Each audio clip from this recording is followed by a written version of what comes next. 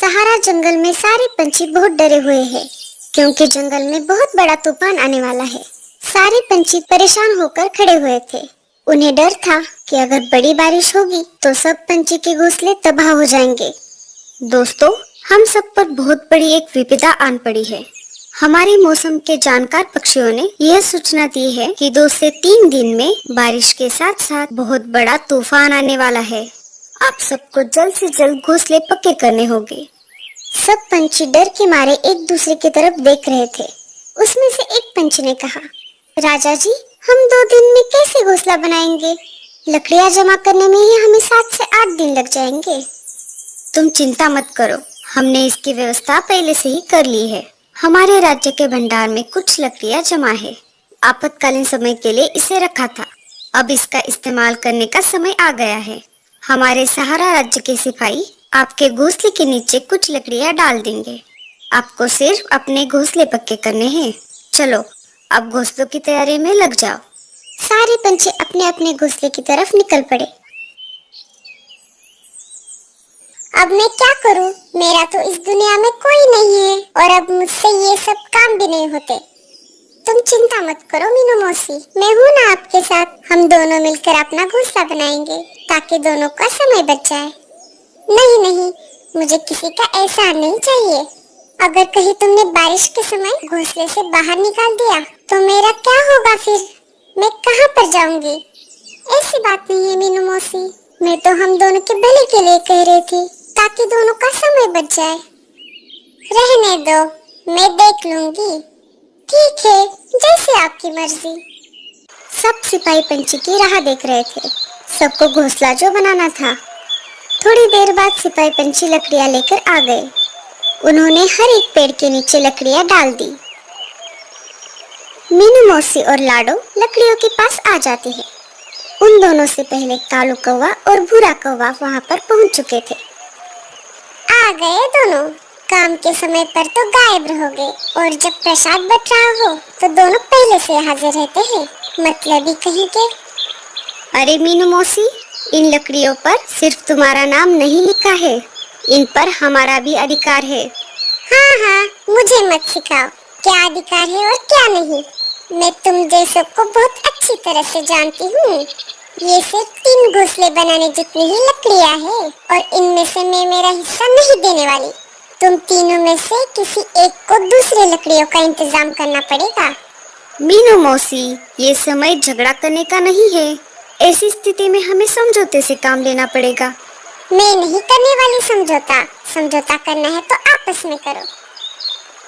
कालू सही कह रहा है मौसी, हमारे पास बहुत कम समय है। बारिश का तूफान कभी भी आ सकता है। हम चारों में से किसी 2 को एक घोंसले में रहना होगा।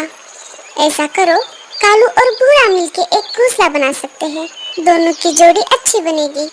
नहीं नहीं रे बाबा, ये कालू बहुत ही आलसी और कामचोर है। इसकी और मेरी नहीं बनेगी। कालू भैया, अब हमारे पास दूसरा उपाय नहीं है। अगर आपको कोई परेशानी नहीं है तो हम दोनों साथ में घोंसला बना लेते हैं। मुझे कोई परेशानी नहीं है लाडो। तो चलो फिर हम घोंसला बनाने की जगह तय करके आते हैं। हाँ हाँ, जाओ जाओ। वैसे भी मुझ जैसी अबला चिड़िया की कौन मदद करने वाला है। आप भी हमारे साथ चलिए, हम सब अच्छी जगह तय करते हैं। मुझे कम अकल मत समझो। मैं क्या बेवकूफ लगता हूँ? मैं तुम तीनों से अच्छा घोंसला बना सकता हूँ। भूरा कहते हैं मुझे। लाडो, चलो हम हमारा काम करते हैं। सब घोंसले की जगह ढूंढने लगे। कालू भैया, आप बताइए, घोंसला कहाँ बनाना चाहिए? अरे उसे क्या पूछ रही हो, मैं बताती हूँ। वैसे भी तुम दोनों से ज्यादा मुझे अनुभव है। घोंसला ऐसी जगह पर बनाना होगा जहाँ पर लकड़ियाँ लाने में परेशानी ना हो। नहीं लाडो, घोंसला ऐसी जगह पर बनाना होगा जहाँ पर बाढ़ का पानी ना पहुँच पाए। आपने ठीक कहा कालू भैया, हम ऊंची जगह पर ही घोंसला बनाएंगे। हाँ हाँ, तुम्हें तो उसकी बात ही ठीक लगेगी।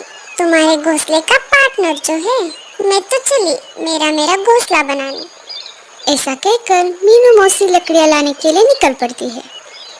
लाडो, तुम घोंसला बनाने में माहिर हो। तुम घोंसला बनाओ, मैं तुम्हें लकड़ियाँ ला कर दूंगा। हाँ कालू भैया, इससे हमारा काम भी आसान होगा। अब क्या था, सब तो तय हो चुका था। कालू लकड़ियां उठा कर लाता और लाडो घोंसला बनाने लगती। इधर भूरा कौवा वजन में हल्की लकड़ियां उठाकर अपनी डाली पर रख रहा था।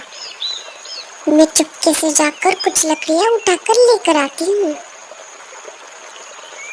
इधर भूरा जमीन से लकड़ियां उठाकर पेड़ की डाली पर रख देता और इधर मीनू मौसी उस रखे हुए लकड़ियों को उठाकर अपने डाली पर रखती। अरे ये क्या हो रहा है? बहुत देर से मैं लकड़ियां इकट्ठा कर रहा हूँ पर लकड़ियां तो जमा ही नहीं हो रही। चलो, मुझे लगता है इन लकड़ियों से मेरा घोंसला बन जाएगा। ऊपर कालू और लाडो की मेहनत की वजह से उन दोनों का घोंसला बनकर तैयार हो गया। उन दोनों का घोंसला तैयार हो चुका है, ये देखकर मीनू मौसी बहुत चलने लगी। ओए माँ, मर गई रे। लाडो और कालू दोनों मीनू मौसी के पास आ जाते हैं। क्या हुआ मौसी?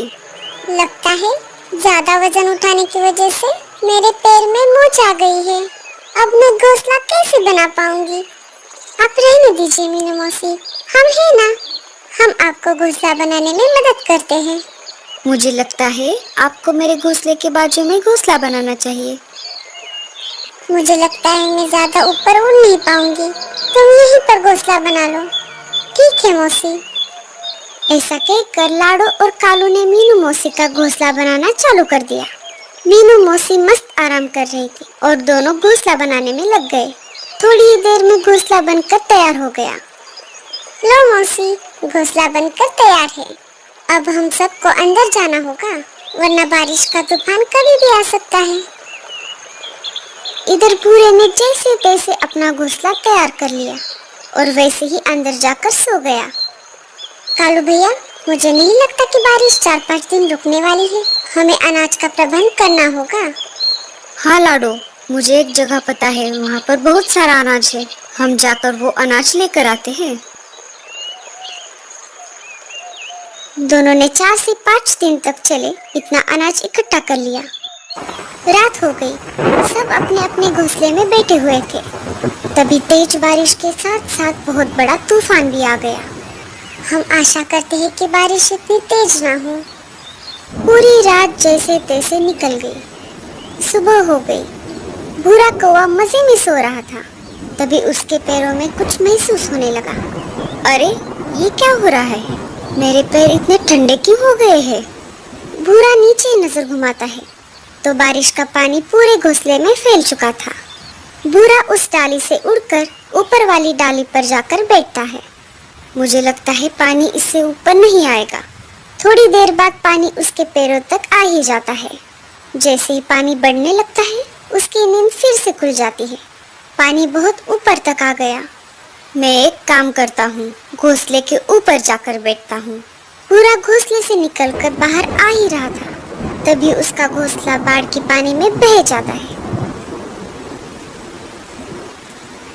वो मीनू मौसी के घोंसले के पास आ जाता है। मीनू मौसी, दरवाजा खोलो, मेरा घर पानी में डूब गया है और मैं बाहर बारिश में भीग रहा हूँ। अरे ओ मीनू मौसी, खोलिए ना दरवाजा। मीनू मौसी को भूरे कौवे की आवाज सुनाई दे रही थी, पर वो सुनकर अनसुना कर देती है। ये तो मीनू मौसी की आदत ही है, किसी की मदद ना करना और खुद की भलाई का इंतजाम करना। भूरा कौवा लाडो के घोंसले के पास आ जाता है। लाडो, कालू, दरवाजा खोलो, मेरा घर तो डूब गया, मुझे अपने घर में ले लो। अरे लाडो, कालू, अरे खोलो जल्द से दरवाजा, नहीं तो मैं मर जाऊंगा। लाडो चिड़िया अंदर से घोंसले का दरवाजा खोल देती है। दोनों उसे देखकर चौंक जाते हैं। हमने तुम्हें पहले ही बताया था, बारिश बहुत तेज होने वाली है। अब चलो जल्दी से अंदर आ जाओ। तीनों खिड़की से बाहर का नजारा देख रहे थे। तभी अचानक मीनू मौसी के चिल्लाने की आवाज आ जाती है। अरे मुझे बचाओ कोई! अरे लाडो, कालू, कहाँ गए सब के सब? अरे कालू भैया, लगता है मीनू मौसी किसी मुसीबत में है, हमें उन्हें बचाना होगा। उसके साथ ऐसा ही होना चाहिए, ऐसी बात नहीं है। वो हमारे दोस्त थे और हमें किसी मुसीबत में फंसे हुए पंछी की मदद करनी चाहिए, चाहे वो हमारा दुश्मन ही क्यों ना हो। अगर तुम्हें मदद करनी है तो तुम दोनों ही चले जाओ, मैं नहीं आने वाला। कालू और लाडो घोंसले से बाहर चले जाते हैं। दोनों ने बाहर आकर देखा तो मीनू मौसी पानी में बह रही थी। तभी कालू पेड़ की डाली की सहायता से मीनू मौसी को पानी से बाहर निकालता है। चलो हम घोंसले के अंदर चलते हैं। जैसे ही तीनों घोंसले में जाने वाले थे, लाडो का घोंसला भूरे कौवे के साथ ही पानी में डूब जाता है। भूरा कौवा पानी में डूबने लगता है। कालू भैया, ये क्या हो गया? हमें भूरे कौवे को भी बचाना होगा। नहीं नहीं, मैं उसे नहीं बचाऊंगा। तुमने देखा नहीं वो कैसे मीनू मौसी को बचाने के लिए इनकार कर रहा था। कालू भैया, अभी अभी तो आप कह रहे थे मुसीबत में फंसे पंछी की मदद करनी चाहिए, चाहे वो हमारा दुश्मन ही क्यों ना हो। ठीक है बाबा, बचाता हूँ। अरे मर गया रे, बचाओ। अरे देख क्या रहे हो सबके सब, कोई तो बचाओ मुझे। अगर मैं तुम्हारे साथ आ जाता तो ये मुसीबत नहीं आती। कालू उसे पानी से बाहर निकालता है और उसे ऊपर से डाली पर छोड़ देता है। अब आगे क्या होगा? तीनों के घोंसले तो बाढ़ में डूब गए। क्या जंगल के सारे पंछी बच पाएंगे? क्या बारिश थम जाएगी? जानना है तो हमें कमेंट्स में जरूर बताना।